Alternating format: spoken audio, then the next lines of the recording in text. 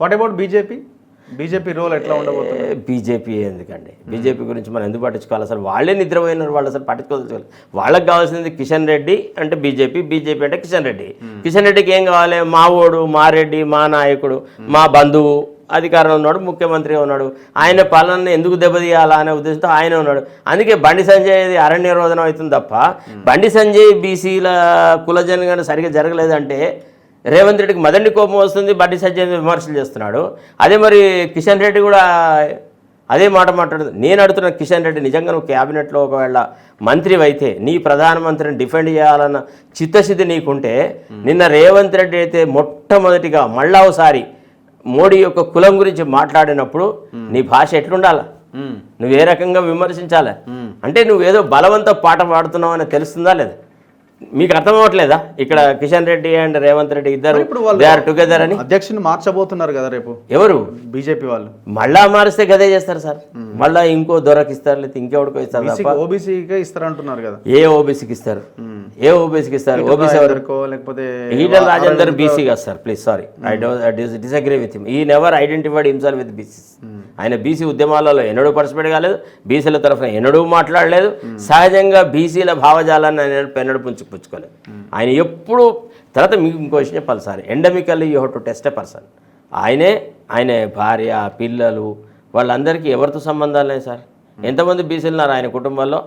ఆయన బీసీల గురించి ఎందుకు మాట్లాడతారు సార్? మీరంతా అంటే మనం ఆలోచించాలి సార్. బీసీ ఇప్పుడు నువ్వు రైతుల గురించి వ్యవహారం చేస్తున్నావు సార్, బీసీకి ఇచ్చినట్టు కాదంటారా? Sorry, I disagree. And more over he will never work for. ఇప్పటి వరకు కులజన గురించి ఇంత రాద్ధాంతం రచ్చ అది ఇది జరుగుతుంది కదా, మాట్లాడినాడా? ఎన్నాడన్నా ఏదైనా ప్రముఖంగా ఎక్కడనో ధర్నానో ఒక అదో ఏదో చేసినాడా? మాట్లాడు. ఎందుకు మాట్లాడు అంటే కుల జనగణన విషయంలో కూడా మోడీకి ఇష్టం లేదు కాబట్టి, మోడీ లైన్లో ఉంటే రేపటి రోజున నాకు ఏదైనా అవకాశం వస్తుంది కాబట్టి ఆయన అవకాశవాద రాజకీయాలు చేస్తున్నాడు అంతే. He silence is understandable. Why he is adopting such silence అనేది అంటే మోడీ లైన్లో ఎవరున్నారు అనేది చూస్తారు. రేపు కేంద్ర క్యాబినెట్ అటు ఇటు విస్తరణలో అదో ఇదో చేసినప్పుడు మోడీకి అనుకూలంగా ప్రవర్తించిన వ్యక్తికే అవకాశాలు దొరుకుతాయి రేపు క్యాబినెట్లో.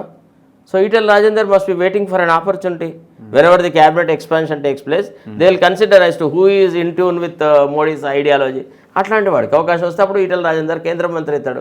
ఆయనకి ఎందుకండి బీసీలు గెలిస్తే? ఇప్పుడు ఏమైనా మీ పార్టీ నాయకుడు రేవంత్ రెడ్డి ముందు ఏమైనా కొన్ని పరిష్కార మార్గాలు, సొల్యూషన్స్ లేకపోతే సూచనలు ఏమైనా పెట్టబోతున్నారా మీరు? ఎవరు ఏమైనా చెప్తారా మీరు? ఇప్పుడు నేను చెప్తే ఆయన వింటాడా? నేను చెప్తే వింటా అంటే నేను ఒకటే ఒక సలహా ఇస్తా రేవంత్ రెడ్డిని.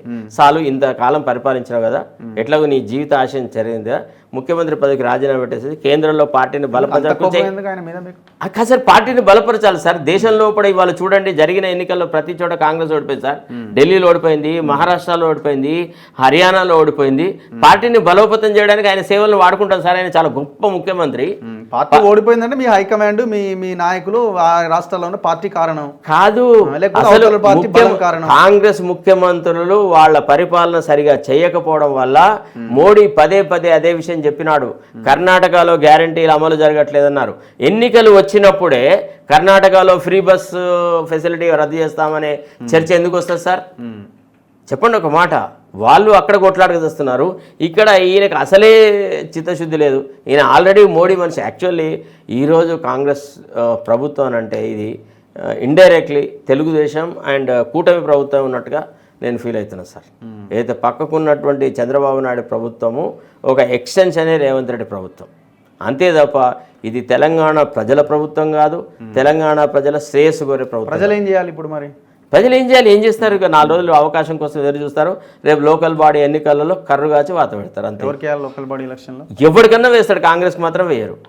రేవంత్ రెడ్డిని ఓడగొడతారు అంతే. ఇప్పుడు ఏం చేస్తారంటే ఎట్లున్నాడు, ఇప్పుడు ప్రజలైతే తన ఓట్లను తీసుకుపోయి ఏ నీళ్లలోనో వారేరు, గంగలో వారేరు కదా, ఈయన మీద కోపంతో వేరే వాళ్ళకి వేస్తారు. ఇప్పుడు గతంలో కూడా అంతే కదా. ఇప్పుడు రేవంత్ రెడ్డి యొక్క నాయకత్వ లక్షణాలు మెచ్చి కాంగ్రెస్ ఓటు వేసినారా? లేదు. కేసీఆర్ మీద 13-14 నెలలే అయింది కదా, ఇంకా 4 ఏళ్ల సమయం ఉంది. సెట్ చేసుకుంటాడేమో. అంటే ఈ 1 ఇయర్ అంటే 50 సంవత్సరాలు ఉంటాడా రేవంత్ రెడ్డి? ఈ 1 ఇయర్ లో సార్ 5 years లో 1 year is too big a period sir. ఇంకో ఈ 1 ఇయర్ లో చేంజ్ చేసుకుంటాడేమో. ఆయన వల్ల కాదు సార్. ఆయన ఏం చెయ్యాడు? ఆయనే అసలు ఆయనకు ఆ చిత్తశుద్ధి ఉంటే అది అయితే జరుగుతుంది. భవిష్యత్తు కూడా మనం ఇప్పుడే డిసైడ్ చేసేట్లా చేసిన పనులు ఓకే, భవిష్యత్తులో కూడా మనం ఎట్లా డిసైడ్ చేస్తాం సార్, ఒక వ్యక్తి యొక్క ఆలోచన సరళిని మనము అతని యొక్క పరిపాలన మొదలెట్టినప్పటి నుంచి ఆయన తీసుకున్న చర్యల ద్వారా బేరీజ్ వేస్తాం కదా. గతంలో కూడా ఎప్పుడైతే కేసీఆర్ని మనం విమర్శించడం మొదలెట్టినాము, ఎక్కడి నుంచి స్టార్ట్ చేసినాము? దళితుని ముఖ్యమంత్రి చేస్తా అని చెయ్యలేదు, దొంగ, అబద్ధం ఆడినాడు, దళితుల ఓట్ల కోసమే ఈ రకంగా చేసినాడు అని అన్నామా? తర్వాత కుల గజ్జి తీసుకువచ్చినాడు, ఒక్క కులం వాళ్ళకే ప్రాధాన్యత ఇచ్చినారని అన్నామా? క్యాబినెట్ సమకూర్చిన తర్వాత క్యాబినెట్లో ఎక్కువ మంది వాళ్ళ కులపోళ్ళకే ఇచ్చినప్పుడు, ప్రభుత్వ భూములను కొల్లగొట్టి వ్యవహారాలు చేస్తున్నప్పుడు అన్నామా లేదా? సో సేమ్ అట్లాంటి పరిపాలన రేవంత్ రెడ్డి చేస్తున్నాడు కదా. అంతకంటే మెరుగైన పరిపాలన ఏముంది ఇక్కడ? సో చివరగా ఎమ్మెల్సీ ఎలక్షన్లో ఎవరు గెలిచే అవకాశం ఉంది ఈ ట్రెండ్స్ ప్రకారం? సార్, ఎవరు గెలిచినా పెద్ద ఫరక్ ఏం పడదు సార్. ఆ ఎమ్మెల్సీలు ఉన్నది ఎంత లేదు సార్. ఎమ్మెల్సీలు గ్రాడ్యుయేట్ ఉంది కదా అక్కడ, గ్రాడ్యుయేట్ల తరఫున గెలిచిన వాళ్ళు గ్రాడ్యుయేట్ల తరఫున ఎవడు మాట్లాడుతున్నాడు అని ఇప్పుడు గ్రాడ్యుయేట్ల సంగతి మాట్లాడారు సార్. ఒట్టిగా అనవసరాలతో ఎలక్షన్ ఓట్లు అయితే వేస్తారుగా, సార్ ఎవడు ఎమ్మెల్యే లేదు సార్. అది 6th ఫింగర్, అది ఉంటేది పోతేది సార్. ఈ ఎమ్మెల్సీలను బట్టి ఏ కార్యక్రమం అమలు జరగడం ఆగింది. ఆ ఎమ్మెల్సీ అన్న కాబట్టి నేను ఒక ప్రశ్న ఇస్తున్నా, ఆ ఆల్ఫోర్స్ వాడికి ఎందుకు ఎమ్మెల్సీ కాంగ్రెస్ టికెట్ ఇచ్చినారు సార్? కాంగ్రెస్ టికెట్లు కొనుగోలు అమ్మకానికే అనే మాట నేను చెప్తున్నది కరెక్టే కదా. అది అమ్మకానికి పెట్టినారా లేదా? ఆక్షన్ పెట్టినారా లేదా? డబ్బులు ఉన్నవాడికి ఇచ్చినారు కదా. మరి బీసీకి ఎందుకు అయ్యలే? ఇంత బీసీలో ప్రేమాభిమానాలనే కదా రేవంత్ రెడ్డికి. మరి ఇప్పుడు మార్చమను, ఒకవేళ అక్కడ నిలబడ్డ ఏ బీసీకో మా పార్టీ మద్దతు ఇస్తుందని చెప్పమను. నువ్వు టికెట్ ఇచ్చేటప్పుడు అన్ని ప్రధానమైన స్థానాలలోనేమో నీ వాళ్ళతో నింపుకుంటావు. పోనీ అదే అగ్రకులాలలో వేరే కులం వాడికి కూడా అవకాశం రానియాడు తెలుసా. గవ్వే రెడ్లు కావాలంటాడు, అది కూడా తనకు అనుకూలంగా ఉన్న వాళ్ళే కావాలంటారు. అక్రమ సంపాదనలు చేసిన వాళ్ళకి కావాలంటారు. లక్షల కోట్ల అధిపతులకు స్థానాలు ఇస్తాడు. ఇది ఎట్టా ప్రజాపాలన వస్తుంది సార్? ఎందుకు ఆ గ్రాడ్యుయేట్స్ ఆల్ఫోర్స్ వాడికి ఎందుకు ఓటు వేయాలి? వాడే పెద్ద విద్యావేత్తనా, లేదా సామాజిక కార్యకర్తనా, ప్రజల కోసం కొట్లాడినాడా, ఉద్యమ నిర్మాతనా, తెలంగాణ ఉద్యమంలో పార్టిసిపేట్ అయినా? ఎవడండి వాడు? కాంగ్రెస్ టికెట్ వాడికి ఎట్టిస్తారండి? మీరు ప్లీజ్ ఒక్కసారి ప్రజల తరఫున కూడా మనం మాట్లాడాలి. మీకు నాకు ఒక గురుతరమైన బాధ్యత ఉంది రఘు. మనం సమాజంలో కూడా పత్రికలు అనేటువంటి ఒక ముఖ్యమైనటువంటి రాజ్యాంగపరమైనటువంటి ఒక వ్యవస్థలో మనము భాగస్వామ్యంగా ఉన్నాం. రేపు రేవంత్ రెడ్డి ఉన్నా పోయినా, లేకపోతే ఇంకెవడు ఉన్నా ఇంకెవడు పోయినా, మీకు కానీ నాకు కానీ వ్యక్తిగతంగా వచ్చే లాభాపేక్ష ఏది లేదు. మనం ఈనాడు ప్రజాకోణంలో మాట్లాడుతున్నాం కాబట్టి మీరు నన్నంత నిశితంగా ప్రశ్నలు వేస్తారు, నేనంత నిశితంగా సమాధానాలు చెప్తాం. మీకు నాకు ఐడియాలజికల్ డిఫరెన్స్ లేదు. మనం చెప్పేది ప్రజలను జాగృతం చేయడం. చూడండి, ఒక నయవంచన పాలన సాగుతుంది. మేకవన్నె పులి లాంటి వ్యక్తి ఈనాడు ముఖ్యమంత్రి స్థానంలో ఉన్నాడు. ఇతను కేవలం పబ్లిక్లీ ఏడుస్తాడు, ప్రైవేట్లీ ఆనందపడతాడు.